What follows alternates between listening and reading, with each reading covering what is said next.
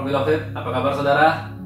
Salam kasih di dalam Tuhan, senang sekali dapat berjumpa kembali dengan saudara.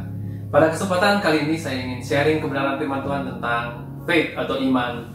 Apa itu iman? Mari sama-sama kita lihat di dalam Ibrani pasal 11 ayat pertama dikatakan, iman adalah dasar dari segala sesuatu yang kita harapkan dan bukti dari segala sesuatu yang tidak kita lihat. Sekali lagi, iman adalah dasar dari segala sesuatu yang kita harapkan dan bukti dari segala sesuatu yang tidak kita lihat.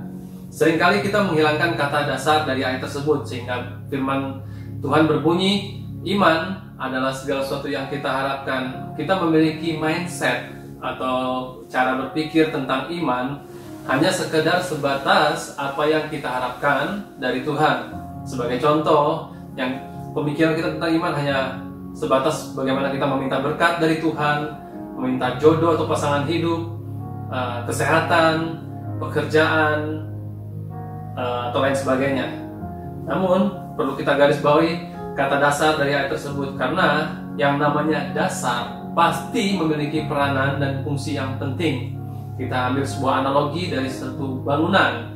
Kita tahu bahwa suatu bangunan dapat berdiri dengan kokoh karena ada dasar di bawahnya, yaitu yang kita sebut pondasi.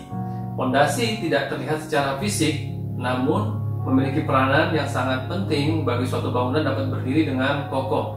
Demikian halnya dengan iman. Iman tidak terlihat secara fisik, namun iman sangat memiliki peranan yang penting dalam kehidupan kita sebagai orang percaya.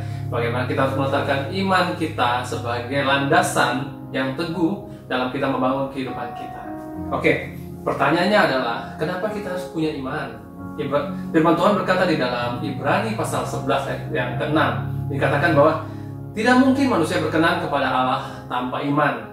Bagaimana mungkin kita mau mendapat perkenanan Tuhan, mau mendapat favor of God, jika kita tidak memiliki iman?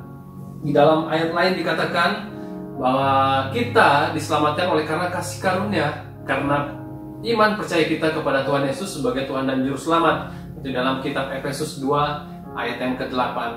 Pertanyaan selanjutnya, bagaimana iman dapat timbul dalam hidup kita? Kita tahu bahwa sering mendengar suatu ayat yang berkata, iman timbul dari pendengaran, dan pendengaran akan firman Tuhan.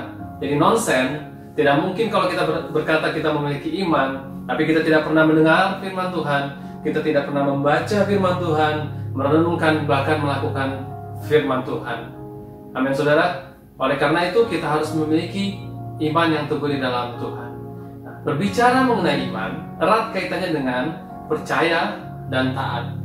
Kata percaya artinya memiliki pengertian tidak hanya sekedar percaya, melainkan kita menaruh sepenuhnya kepercayaan kita kepada Tuhan. Nah, kenapa harus ada yang namanya taat atau obedience? Obedience sangat penting karena iman tanpa perbuatan pada hakikatnya adalah mati. Yakobus 2:17 berkata demikian. Tentunya. Oleh karena itu butuh yang namanya ketaatan sehingga kita dapat mengambil langkah iman, mengambil action, suatu tindakan sehingga iman kita bisa berbuah. Manusia seringkali hanya ingin mencapai garis akhir tanpa memperhatikan proses. Tapi Tuhan memiliki cara pandang yang berbeda.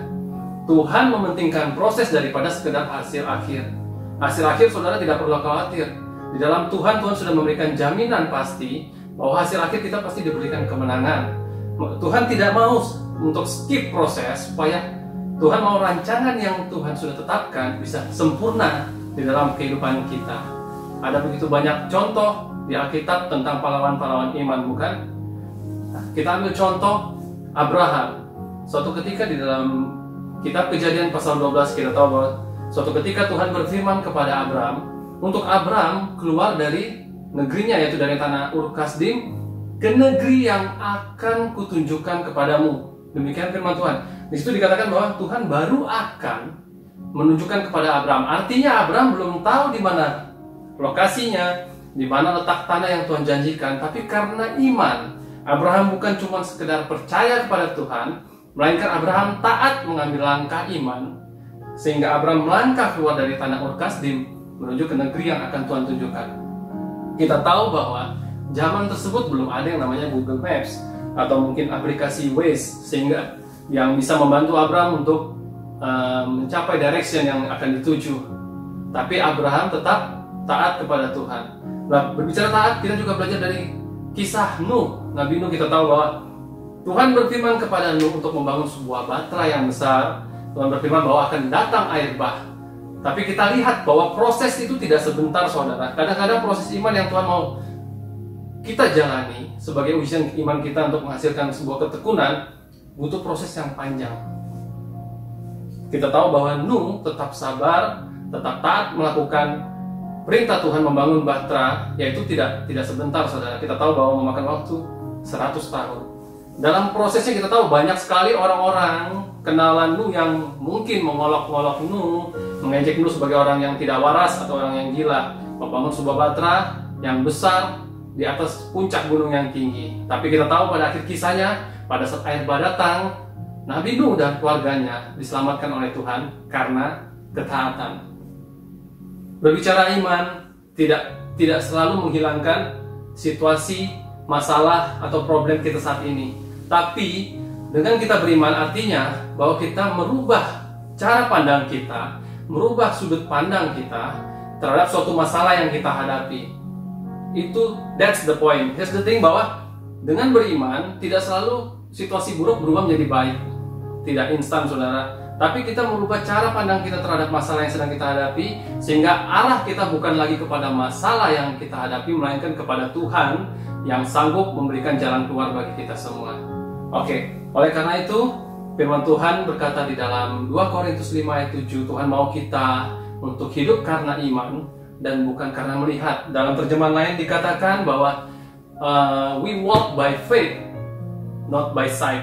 Dikatakan walk by faith itu suatu tindakan, artinya suatu kata kerja. Kita harus mengambil langkah iman, berjalan bersama iman di dalam Tuhan, yang kita yakin bahwa pada akhirnya kita beroleh kemenangan. Terima kasih. Tuhan Yesus memberkati kita semua. Sampai jumpa kembali. Amin.